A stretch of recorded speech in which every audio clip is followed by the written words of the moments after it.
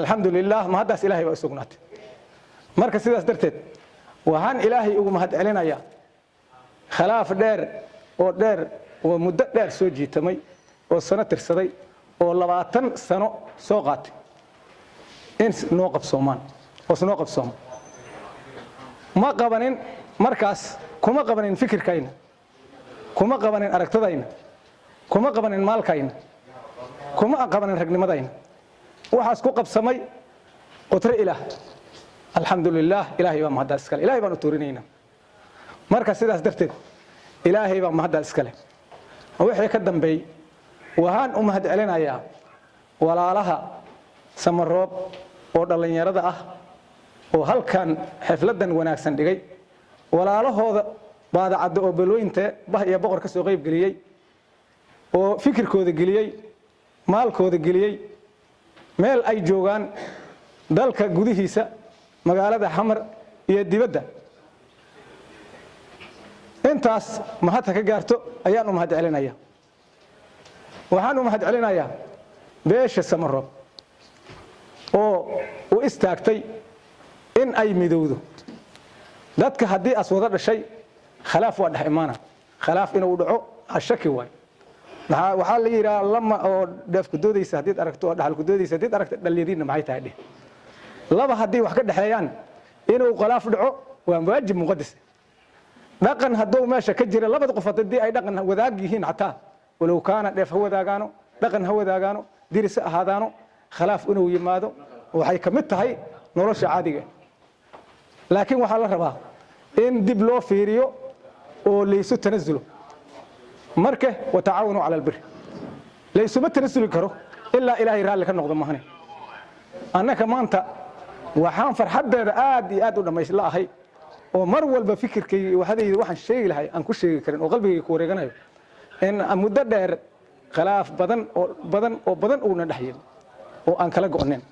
وهذا أي كده واجيان قبلها يويلش يوديالك ينبضونه وتركيسين سيد الشرع الإسلام كقرن سد حبري waxay ka badan saddex bari waxay ka badan ayaa ku qoran sharciga islaamka maantana maxaan sheego haynaa 20 sano marka sidaas darteed horta waa dhacda la yaab leh laakiin waxa go'aya malayna laakiin waxa mahad mudan Allah ilaah baa mahad iskale marka sidaas darteed walaalihii fikirkooda geliyay maalkooda geliyay juhdigooda geliyay oo gooshan iyo xafladan wanaagsan dhigay mahadu ha ka raacdo marka sidaas darteed waan u mahad celinayaa walaalihii ka soo qayb galay oo baadacado oo nagala qayb galay oo bah iyo boqor leh oo halkan joogo ama ka maqan waan u mahad celinayaa marka sidaas darteed ilaahay baa mahad iskale mahad lamad walaalihii inta sameeyay ayaa iskale mahad saddexaad walaalihii ka soo qayb galay oo xafladan iyo wanaagan iyo reereyntan iyo garbahayna soo buuxiyay oo maanta wixii annaga nagu abuurnay wax ka badan ayagana ay ku abuuran yihiin ayaa iskale marka ilaahay baan u mahad celinaynaa marka sidaas darteed aniga sida aad ogtihiin waxaan ka soo baxay geed waa jirid ilaan intaad meeshii ay ka soo aslamtay baadacada asalkeeda waxa waaye hiiraan aniga hiiraan ayaan ka imid waxaan u soo istaagay midnimada walaalaha Samaroob waxay igu qaadatay muddo fikir looga shaqeeyay aqli looga shaqeeyay nidaam looga shaqeeyay laakiin waxa ma hadda salaah oo marka hore aan awoodeyda kuma imaanin waxa ay keenay raali ahaasha Allah uu ka raali noqday sidaas darteed markaan inta imaaday nin walba meeshuu joogo ayuu leeyahay fikirkeeda iyo aqligeeda iyo wanaajiskeeda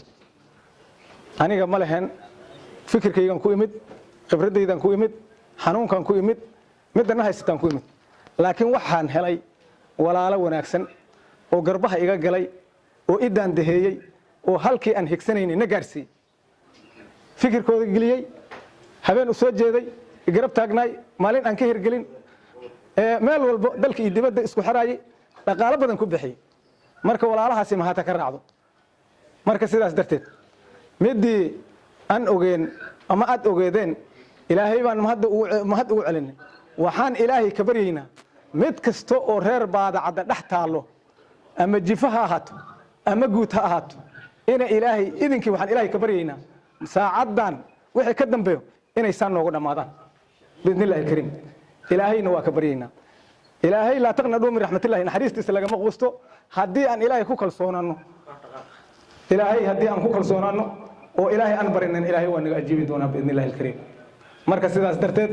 walaalayaal waxaa la yidhi ninkaa xaajagal badan hadduu kaa hormaro waa ku xirxira hadduu kaa daba marana waa ku xaalufaa wixii alla sheegi lahaaye waa la sheegay wax dhiman oo ani aan sheegaya ma jirto maxaa jira waa laga wada hadlay meel kasta meel ay maanta wax ku dhiman yihiin oo meeshaas ay wax ku dhiman yihiin aan leeyahay ma jirto soomaalida waxay tiraa boqol aan bah deeqin iyo toban beel deeqo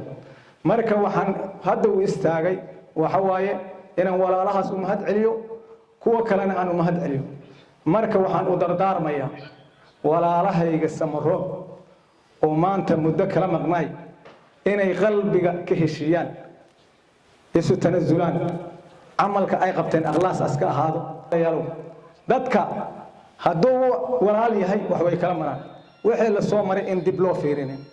sidaas darteed ayaan ka codsanayaa walaalahayga samaro